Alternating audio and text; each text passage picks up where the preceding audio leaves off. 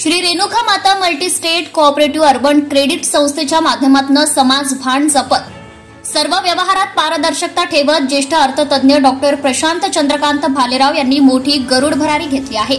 त्यांच्या या कार्यकर्तृत्वाची दखल आतापर्यंत त्यांना मिळालेल्या शेकडो पुरस्कारांनी घेतली आहे।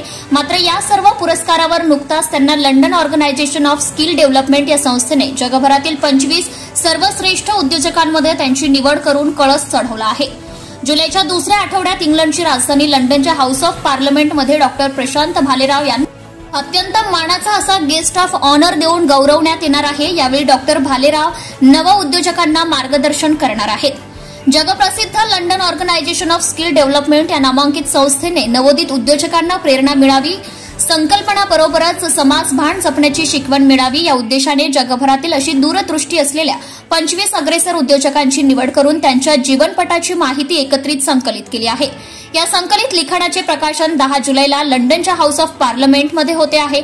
त्यानंतर 12 जुलैला त्यांचं ऑनलाईन प्रकाशन होईल। 16 रोजी एका विशेष सोहळ्यात उद्योजकांना गेस्ट ऑफ ऑनर देऊन गौरवण्यात येणार आहे। यावेळी नव उद्योजकांना मार्गदर्शन करण्याचं निमंत्रण अर्थतज्ञ डॉक्टर प्रशांत भालेराव यांना मिळाले आहे। डॉक्टर भालेराव यांना रेणुका माता मल्टीस्टेट सोसायटीच्या माध्यमातून देशातील 9 राज्यात 139 शाखांद्वारे आपल्या कार्याचा पाया रोवला आहे।